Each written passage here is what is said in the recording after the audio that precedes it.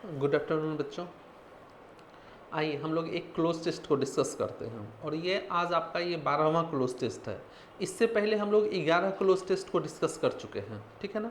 तो आज ये आपका 12वां क्लोज टेस्ट है और हम लोग जो क्लोज टेस्ट डिस्कस करते हैं ये पूरे डिटेल में डिस्कस करते हैं, चारों ऑप्शन को डिस्कस करते हैं। ऐसा नहीं है केवल आंसर को डिस्कस करना, नहीं, जो भी ऑप्शन है चारों ऑप्शन को हम लोग डिस्कस करते हुए चलते हैं। ये आंसर हुआ तो ठीक है, बाकी तीनों आंसर क्यों नहीं हुआ हम लोग इस बात को भी डिस्कस करते हैं। और ये जो क्लोज टेस्ट है आपका प्रीवियस ईयर का क्वेश्चन है, प्रीवियस ईयर का पूछा हुआ क्वेश्चन है, एसएससी का शायद सीजीएल का पूछा हुआ क्वेश्चन है शायद, ठीक है ना, वो देख लेंगे अभी हम लोग, ठीक है।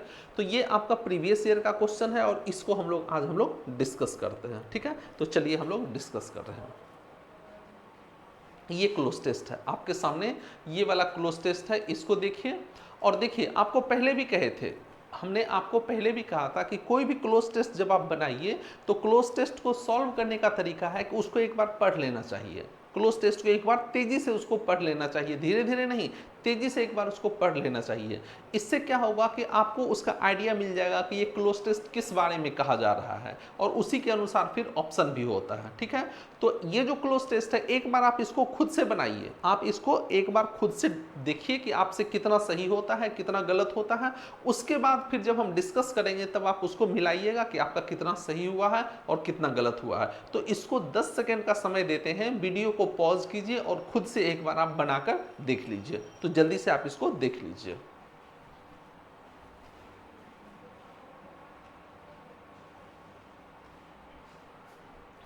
उम्मीद है कि आपने इसको देख लिया होगा, ठीक है। अब चलिए अब हम लोग इसको डिस्कस करते हैं, इसको पार्ट वाइज पार्ट, ठीक है ना, एकदम तोड़ तोड़ के एक एक पार्ट को हम लोग डिस्कस करते हैं, ठीक है। तो देखिए इसको देखिए, सबसे पहले देखिए क्या लिखा हुआ है, द मसाई, ये मसाइज लिखा हुआ। मसाई एक जनजाति होती है, ठीक है, जो अफ्रीका में पाई जाती है, ठीक है ना।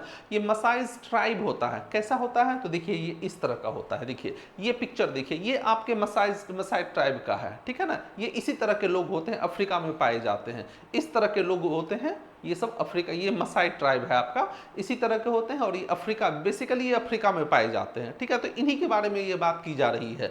क्या बात की जा रही है तो बात की जा रही है कि ये जो मसाई ट्राइब होते हैं, लिव इन, ये लोग रहते हैं, कहाँ रहते हैं, dash a very beautiful part of Africa, ये अफ्रीका के बहुत ही ब्यूटीफुल पार्ट में ये लोग रहते हैं, ठीक है ना। अब ऑप्शन देखते हैं हम लोग, ये जो ऑप्शन लिखा हुआ है इस ऑप्शन को हम लोग डिस्कस करते हैं। तो देखिए सबसे पहले ए लिखा हुआ है, दैट लिखा हुआ है, देयर लिखा हुआ और सम लिखा हुआ है, ठीक है ना।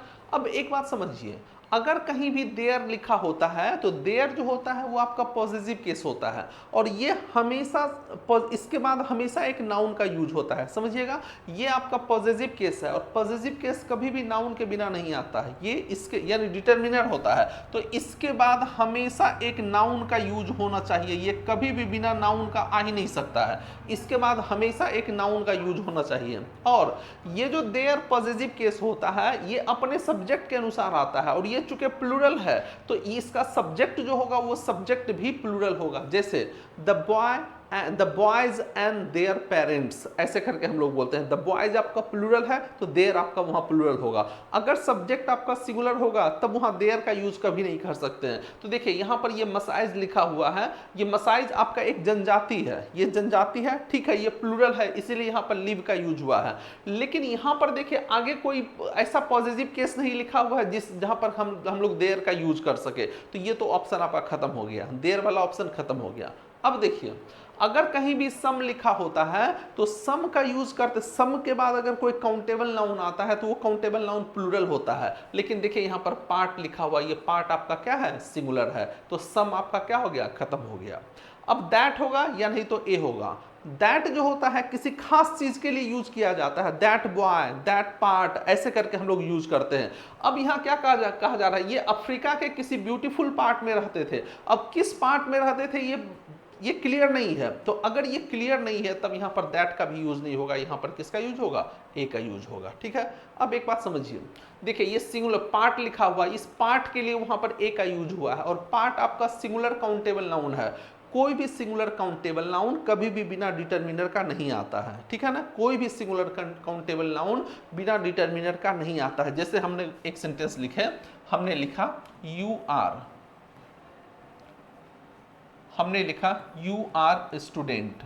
अगर हमने ये सेंटेंस लिखा यू आर स्टूडेंट, और अब आपसे हमने पूछे, अगर हम पूछे कि बताइए ये सेंटेंस सही है या गलत है, या अगर हम यहां पर लिख दें आई एम टीचर,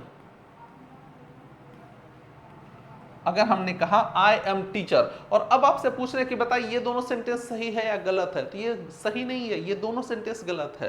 क्यों गलत है?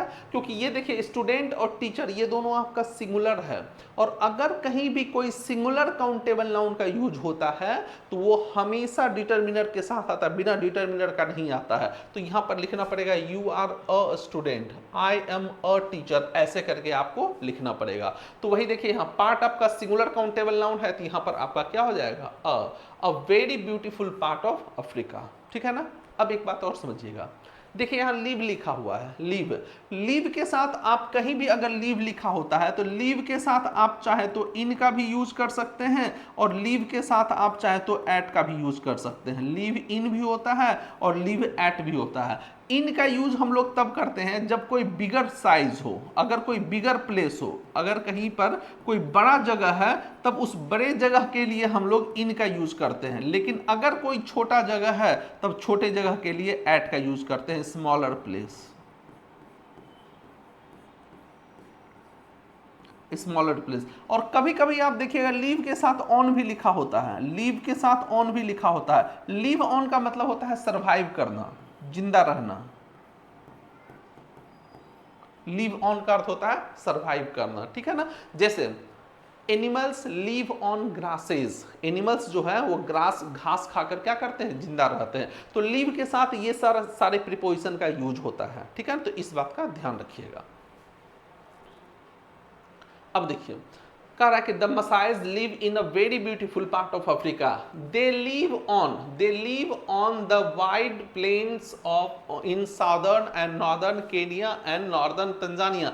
देखिए ये अफ्रीकन कंट्री है, केनिया और अफ्रीकन तंजानिया ये सब क्या है, अफ्रीकन कंट्री है। तो वो कह रहा है कि ये लोग रहते हैं एक बहुत बड़े प्लेन में, बहुत बड़े केनिया और तंजानिया के नॉर्दर्न और साउदर्न, उत्तरी और दक्षिणी प्लेन के बहुत बड़े हिस्से में ये लोग रहते हैं, ठीक है।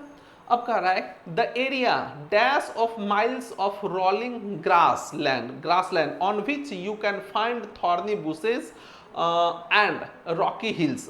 कह रहा है कि ये जो एरिया है, जो कि ये नॉर्दर्न और साउदर्न एरिया की बात हो रही है, इस एरिया के बारे में कहा जा रहा है, ये एरिया जो है dash miles of rolling grassland, इस एरिया में जो है मीलों तक, काफी दूर दूर तक आपको क्या मिलता है, घास मिलता है, घास का मैदान मिलता है, ठीक है ना। और उस मैदान में आपको मिलेगा क्या, थॉर्नी बुशेज यानी कांटेदार झाड़ियां मिलेगी, और रॉकी हिल्स एकदम पहाड़ी इलाका ये सब मिलेगा, ठीक है। अब देखिए यहां पर क्या होगा, द एरिया डैश ऑफ, अब देखिए यहां पर ऑफ लिखा हुआ है।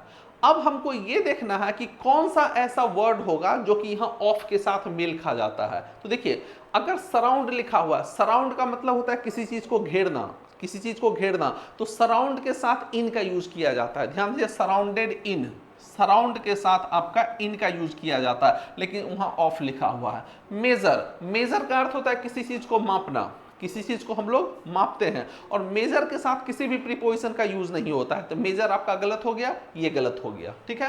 कंसीडर लिखा हुआ है, कंसीडर के साथ आपका एज का यूज होता है, कंसीडर्ड एज हम लोग कहते हैं, कंसीडर के साथ आपका एज का यूज होता है, लेकिन देखिए यहाँ ऑफ लिखा हुआ है तो ये गलत हो गया। तो आंसर आपका क्या हो जाएगा, कंसिस्ट।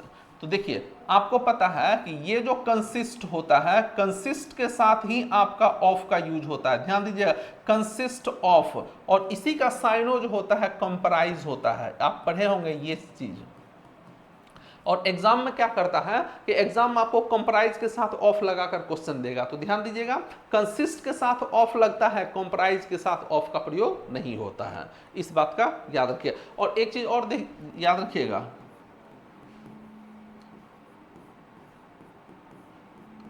एक वर्ड होता है इन स्पाइट ऑफ, ये सब एग्जाम में पूछा जाता है, इन स्पाइट ऑफ। और आपको पता है कि इन स्पाइट ऑफ जो होता है साइनो होता है डिस्पाइट का, ये जो साइनो होता है डिस्पाइट का, ये सब एग्जाम में बहुत पूछा जाता है, इस बात का ध्यान दीजिएगा। कंसिस्ट के साथ ऑफ लगता है, इंस्पाइट के साथ ऑफ लगता है, और इसी का साइनो ये होता है कंप्राइज, इसके साथ ऑफ नहीं लगता है और डिस्पाइट के साथ भी ऑफ नहीं लगता है, और एग्जाम में इन दोनों के साथ ऑफ लगाकर क्वेश्चन देता है, तो इस बात का ध्यान दीजिएगा। अब सबके मीनिंग को हम लोग समझ लेते हैं। देखिए, सराउंड एक वर्ब है, इसका अर्थ होता है इनसर्किल, चारों तरफ से घेरना। मेजर मतलब होता है मापना, किसी भी चीज को मापना, ठीक है। और कंसीडर मतलब होता है विचार करना, सोचना या विचार करना। और कंसिस्ट मतलब होता है किसी चीज से बना होना, ठीक है। आगे देखते हैं, इसको देखिए। The people move from one place to another, कह रहा है कि वो जो लोग होते हैं, ये ट्राइब वाले जो जनजातीय लोग हैं, वो एक जगह से दूसरी जगह पर घूमते रहते हैं। तो देखिए, सबसे पहले देखिए यहाँ पर फ्रॉम लिखा हुआ है, और फ्रॉम के साथ याद रखिएगा, फ्रॉम के साथ हमेशा टू का यूज होता है। अगर कहीं पर फ्रॉम लिखा होता है तो फ्रॉम के साथ आपका हमेशा टू का यूज होता है, from one place to another. अगर फ्रॉम लिखा हुआ है तो फ्रॉम के साथ आपका टू का यूज होता है। अगर कहीं पर बोथ लिखा होता है या अगर कहीं पर बिटवीन लिखा होता है तो इन दोनों के साथ एंड का यूज होता है, इन दोनों के साथ एंड का यूज होता है। ये सब बराबर पूछा जाता है, ठीक है ना। तो देखिए, यहाँ फ्रॉम लिखा हुआ है और यहाँ पर ये लिखा हुआ है। अब एक बात समझिएगा, ये जो अनदर होता है, अनदर आपका एक डिटर्मिनर होता है, और इसके बाद हमेशा एक नाउन का यूज होता है, सिंगुलर नाउन का। तो यहाँ पर प्लेस जो नाउन है वो अंडरस्टूड है, from one place to another place, यहाँ भी प्लेस लिखा हुआ है। चूंकि दो जगह प्लेस हो जाता है, इसलिए इस प्लेस को हम लोग क्या किए हैं, अंडरस्टूड कर लिए हैं, from one place to another. तो वही कह रहा है कि ये जो लोग होते हैं वो मूव करते रहते हैं, कहाँ, एक जगह से दूसरी जगह पर मूव करते हैं, ठीक है ना। According to the season, season के अनुसार, मौसम के अनुसार, जैसा मौसम होता है उसी मौसम के अनुसार एक जगह से दूसरी जगह पर ये लोग क्या करते हैं, मूव करते रहते हैं। लुकिंग फॉर ग्रासेस, कह रहा है कि लुक फॉर का अर्थ होता है खोजना। ये जो लुक फॉर होता है, ये जो लुक फॉर होता है, लुक फॉर का अर्थ होता है सर्च, खोजना। यानी किस चीज की खोज में, घास के खोज में। एंड अदर प्लांट्स, और other plants dash which there cattle can graze, और अदर वो घास और दूसरे प्लांट के खोज में मूव करते रहते हैं, जिससे कि उसके प्लांट क्या कर सके, चढ़ सके, घास चढ़ सके, ठीक है। अब देखिए, कह रहा है कि डैश, अब यहां पर हम कौन सा ऐसा प्रीपोजिशन, सब देखिए प्रीपोजिशन है, कौन सा ऐसा प्रीपोजिशन लिखें जो कि विच के साथ क्या कर सके, मेल कर जाए। तो देखिए, कह रहा है कि ये लोग जो रहते हैं एक जगह से दूसरे जगह पर जाते हैं, किस चीज के लिए जाते हैं, घास के खोज में, और ये अदर दूसरे प्लांट्स के खोज में जाते हैं। और वही प्लांट्स हैं जिस प्लांट्स पर ये उसके घास, इसके एनिमल्स क्या कर सके, चढ़ सके। तो यहां पर देखिए, एक ही प्रीपोजिशन इसके साथ सेट करता है, क्या करता है, on which there cattle can graze, जिस पर कि उसके कैटल क्या कर सके, ग्रेज कर सके। तो आपका आंसर क्या होगा, ऑन होगा। एक बात और समझिएगा, ये जो कैटल होता है, यहां पर कैटल लिखा हुआ है, ध्यान दीजिएगा, कैटल जो होता है ये हमेशा एक प्लूरल नाउन होता है। कैटल जो होता है ये हमेशा आपका प्लूरल ही होता है, और कैटल के साथ कभी भी एस या एस का यूज नहीं होता है। एग्जाम में क्या करता है, कैटल्स लगाकर क्वेश्चन देता है, ध्यान दीजिएगा। एग्जाम में क्या करेगा, आपको कैटल्स लगाकर क्वेश्चन देता है, तो ध्यान दीजिएगा, कैटल के साथ कभी भी एस या एस का यूज नहीं होता है। ये ऑलरेडी आपका क्या होता है, प्लूरल होता है, ठीक है। और ग्रेज मतलब आपका चढ़ना होता है, इस बात का ध्यान दीजिएगा। अब देखिए, ये लुकिंग फॉर लिखा हुआ है, ये लुक फॉर का अर्थ होता है किसी भी चीज को खोजना। तो लुक से रिलेटेड बहुत सारे फ्रेजल वर्ब्स एग्जाम में पूछे जाते हैं, लुक से रिलेटेड ढेर सारे फ्रेजल वर्ब्स एग्जाम में पूछे जाते हैं। अब उसमें से कुछ को देख लीजिए आप, उसमें से कुछ जो फ्रेजल वर्ब्स हैं, ये सारे फ्रेजल वर्ब्स हैं। देखिए, लुक फॉर समवन या लुक फॉर समथिंग, इसका अर्थ होता है किसी चीज को ढूंढना या तलाश करना। लुक आफ्टर का अर्थ होता है देखभाल करना। लुक एट का मतलब होता है देखना। लुक डाउन का अर्थ होता है किसी को घृणा भरी नजरों से देखना, यानी तुच्छ समझना। और लुक फॉरवर्ड टू का अर्थ है किसी चीज की प्रतीक्षा करना, किसी अच्छे चीज की प्रतीक्षा करना। तो लुक फॉरवर्ड टू का अर्थ होता है किसी अच्छे चीज की प्रतीक्षा करना। आइए देखिए, when they want to settle in a place for some time, कह रहा है कि जब वे कुछ समय के लिए किसी जगह पर सेटल होना चाहते हैं, यानी रुकना, चूंकि ये तो चलते रहते हैं, इनका काम ही है क्या करना, चलते रहना। लेकिन जब ये कुछ समय के लिए रुकना चाहते हैं, किसी भी जगह पर सेटल होना चाहते हैं, they build a kind of camp, वो एक प्रकार का कैंप बनाते हैं। कॉल्ड जिसको कहा जाता है, अमान्यता जिसको कि मान्यता कहा जाता है। चूंकि ये हमेशा एक जगह से दूसरी जगह पर मूव करते रहते हैं और अगर इनको कहीं पर सेटल होना होता है, अगर इनको कहीं पर रुकना होता है तो ये एक कैंप टाइप का बनाते हैं और उस कैंप का नाम रखते हैं क्या, उसको कहा जाता है मान्यता। ठीक है ना। वेयर जहां पर अ फ्यू फैमिलीज लीव, जहां पर कि कुछ फैमिली रहते हैं, फॉर अ डैश वीक्स और मंथ, जहां पर कि वो कुछ महीने या कुछ सप्ताह या कुछ महीने के लिए रहते हैं। अब देखिए वीक में एस लगा हुआ है, अगर किसी नाउन में एस लगा होता है तो वो नाउन काउंटेबल ही होता है, ध्यान दीजिएगा। अगर किसी नाउन में एस या एस लगा हुआ है तो वह नाउन आपका काउंटेबल ही होता है, और काउंटेबल नाउन के साथ कभी भी लिटिल का यूज नहीं होता है, और लिटिल का ही सुपरलेटिव लिस्ट होता है, ये भी आपका नहीं हो गया। ये दोनों आपका ऐसे ही गलत हो गया। सिग्निफिकेंट वीक एंड मंथ होता ही नहीं है, सिग्निफिकेंट के साथ वीक या मंथ का यूज होता ही नहीं है, तो आपका आंसर क्या हो जाएगा, अ फ्यू। आप पढ़े few, a few, the few. A few का अर्थ क्या होता है, कुछ, जहां पर कि वो कुछ सप्ताह या कुछ महीनों के लिए क्या करते हैं, रुकते हैं। अब देखिए then they move on again, और तब क्या होता है, वो फिर से चल पड़ते हैं, कुछ समय के लिए रुकते हैं, कुछ सप्ताह या कुछ महीने के लिए रुकते हैं और फिर से वो क्या करते हैं, चल पड़ते हैं। ठीक है ना।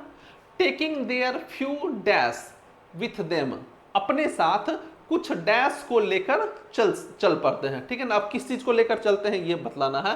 एंड बर्निंग द ओल्ड मान्यता टू द ग्राउंड, और वो जो मान्यता बनाए हुए रहते हैं उसको जला देते हैं और अपने साथ कुछ डैश को लेकर वो चल देते हैं। क्या चीज लेकर चलेंगे, तो कुछ सामान को लेकर ही ना चलेंगे, जो उनके पास रहता है वही सामान को लेकर चलेंगे। तो देखिए इनहिबिशन, ये इनहिबिट से बना है, इनहिबिट का अर्थ होता है रोकना, और उसी से इनहिबिशन बना है, तो ये तो आपका होगा नहीं।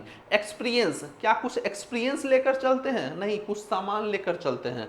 एंटिक मतलब होता है पुरानी चीजें जो होती है, एकदम पुरातन काल की जो चीजें होती है उसको, और बिलोंगिंग का मतलब होता है सामान, तो अपने सामान को लेकर चलते हैं। ठीक है ना। अपना कुछ सामान लेते हैं और वो क्या होता है, चल देते हैं, तो आपका ये हो जाएगा।